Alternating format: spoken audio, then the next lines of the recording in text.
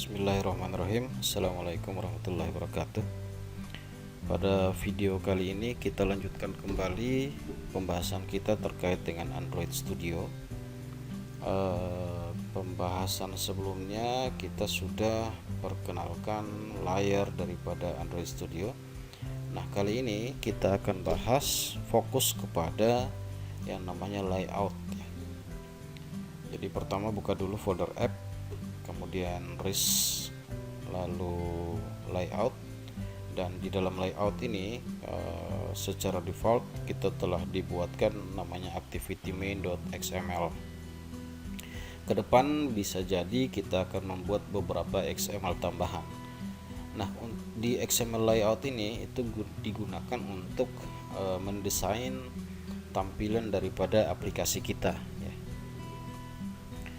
Untuk sebelum kita masuk pada desainnya, saya perkenalkan dulu fitur-fitur daripada desain layout ya.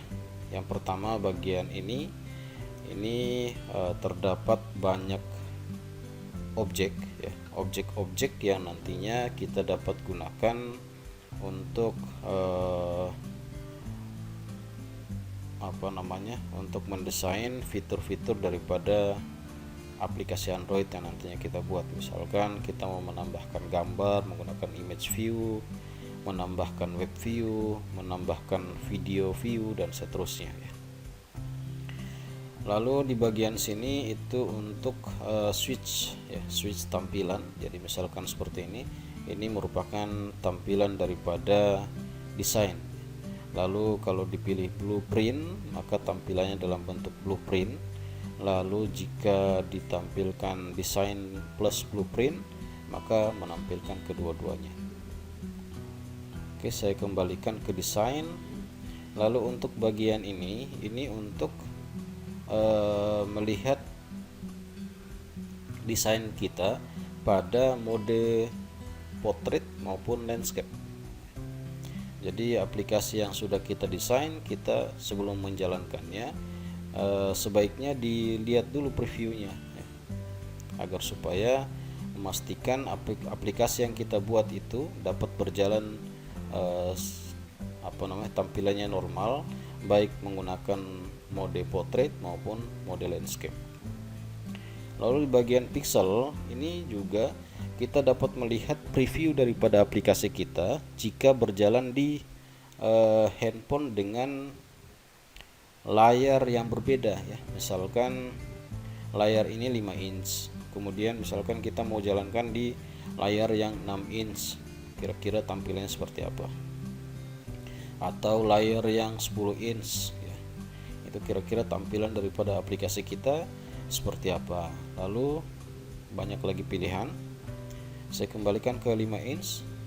Lalu berikutnya untuk ini API ya. Jadi aplikasi Android kita, aplikasi kita itu previewnya di versi Android berapa ya. Lalu untuk yang bagian ini itu untuk melihat preview aplikasi kita jika dijalankan pada desain-desain tertentu. Misalkan untuk yang mode dark ya. Yang mode dark misalnya kira-kira aplikasi kita tampilannya seperti apa gitu. Jadi di sini banyak tabs yang nantinya bisa kita pilih untuk melihat preview daripada aplikasi kita. Di bagian sini ada terdapat 3 mode. Yang pertama kode untuk mengedit tampilan by kode ya. Ini nanti mungkin kita akan bahas di pertemuan berikut untuk bagaimana menuliskan kode di sini. Lalu split untuk melihat kode dan desain. Lalu untuk desain sendiri untuk melihat desainnya saja. Lalu di bagian sini ini atribut ya.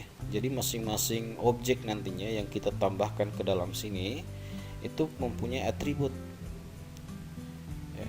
Mulai dari atribut ID ya. Jadi kalau misalkan di HTML misalnya itu ada atribut name, nah di sini ada atribut ID. Jadi masing-masing objek punya ID yang harus unik, tidak boleh ada ID yang sama. Lalu di sini layout Jadi setiap objek punya weight dan height yang harus diisi. Weight dan height ini ada dua yang biasa dipakai. Yang pertama match parent. Match parent itu artinya full, ya, full secara weight atau lebarnya full sampai mentok. Kemudian kalau wrap content berarti lebarnya hanya menyesuaikan isi objek ya. Misalkan seperti ini, selamat belajar Android Studio, ini wrap content karena dia itu sebabnya dia membungkus isi dari tulisan selamat belajar. Jika di set misalnya width-nya match parent, maka lebarnya akan full ya, full layar. Begitu juga dengan height, misalnya jika diatur match, maka height-nya juga menyesuaikan besarnya layar. Saya kembalikan ke wrap content. Lalu berikutnya, jadi banyak sekali ya fitur-fitur atau atribut daripada sebuah objek, dan masing-masing objek beda-beda tentunya atributnya. Berikutnya bagian ini komponen tree. Jadi komponen tree ini berisi objek-objek yang sudah kita tambahkan ke dalam desain aplikasi kita. Jadi misalkan seperti ini, sekarang kita masih baru punya namanya constraint layout. Jadi layout yang kotak bagian luar besar ini ya, yang memenuhi layar Android, dan di dalamnya ada text view. Jadi ada dua objek constraint layout dan objek text view. Ini juga jika kita lihat dari sisi kode, maka di bagian kode juga demikian, ada constraint layout di luar, lalu di dalamnya ada text view. Nah, seperti itu. Untuk video kali ini saya fokuskan untuk mengedit desain melalui mode desain ya. Nanti mungkin video berikutnya kita akan coba mengedit tampilan menggunakan kode. Untuk tahap yang pertama, bagian layout. Jadi setiap tampilan aplikasi itu selalu dibungkus dengan yang namanya layout. Nah, layout ini ada beberapa layout yang bisa digunakan. Yang pertama constraint layout, kemudian ada linear layout ya. Linear layout ada dua, ada yang horizontal, ada vertikal. Nanti kita akan bahas satu persatu. Ada juga frame, ada table punya row.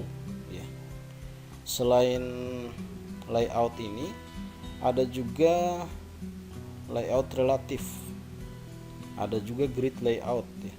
Jadi ada juga grid view.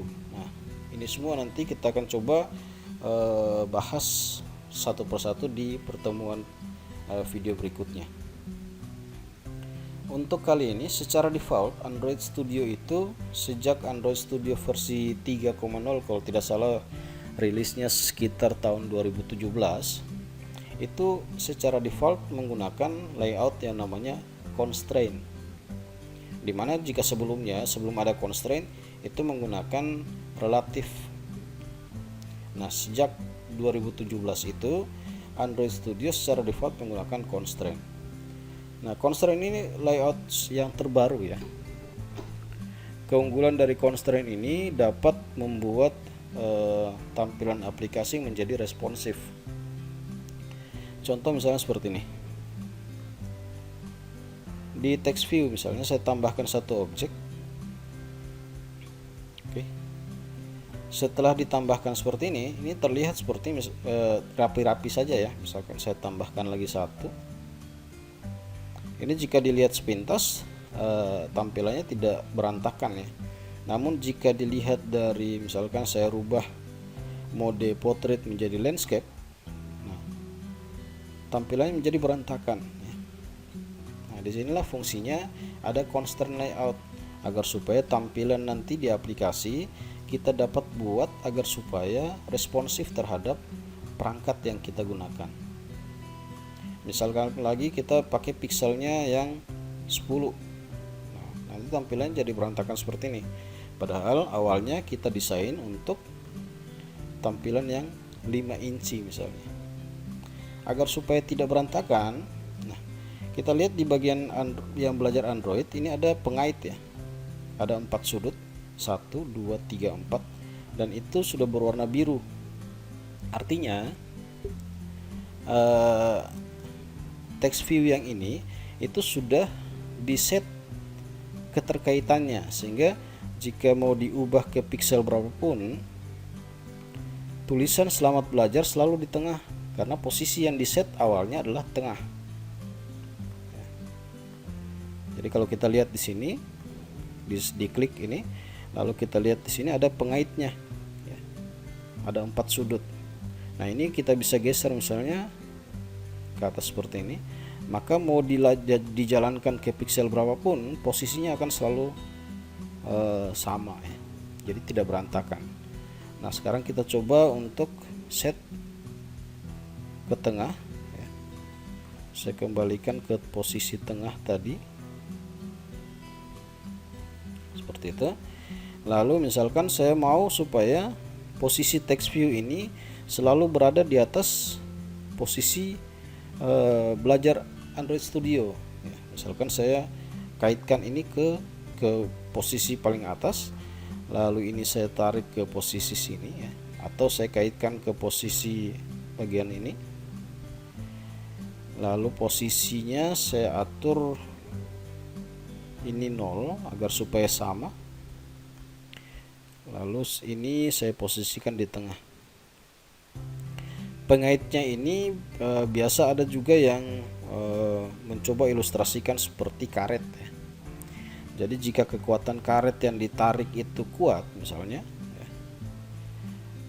misalkan saya kasih 120, nah, jika kekuatan tariknya itu dilemahkan 120, ya, maka nanti akan kendor seperti ini. Jika sama-sama tarikannya kuat, ya, 0, ya, maka nanti posisinya akan ada di tengah. Ini kemudian, ya, bagian ini untuk mengatur bisa dibilang seperti paddingnya, ya. Oke. Maka nanti pada saat dijalankan pada pixel berapapun, itu posisinya akan berada selalu di tengah antara belajar dan posisi atas. Jadi baru disetting posisi secara vertikal. Nah sekarang kita coba atur untuk posisi horizontal. Jadi misalkan di horizontal saya tarik, atau ini bagian ujung-ujung, ya, maka dia nanti posisinya ada di tengah. Dan ini masih bisa digeser, ya, kiri kanan.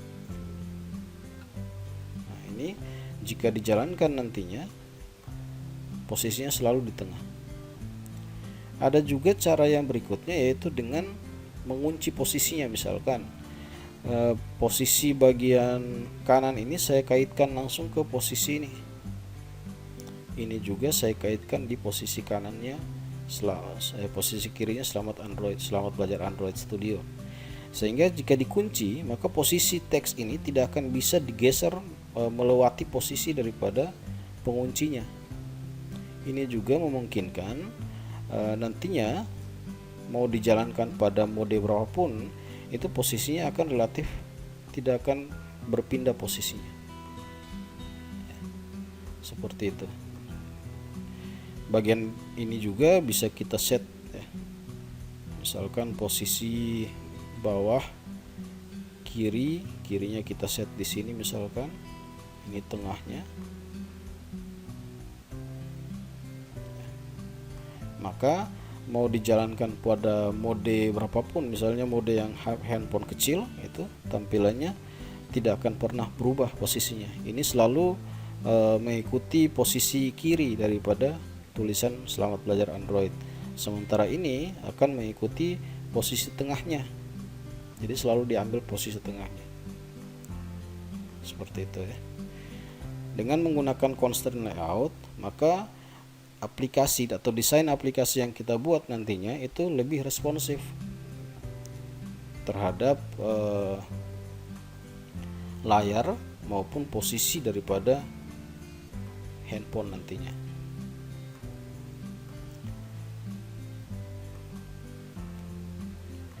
Mungkin itu saja penjelasan singkat terkait dengan layout. Nanti pada pertemuan-pertemuan berikutnya kita akan bahas untuk bagian layout berikutnya. Jika ada pertanyaan, silahkan bertanya di kolom komentar. Mungkin demikian dulu. Assalamualaikum warahmatullahi wabarakatuh.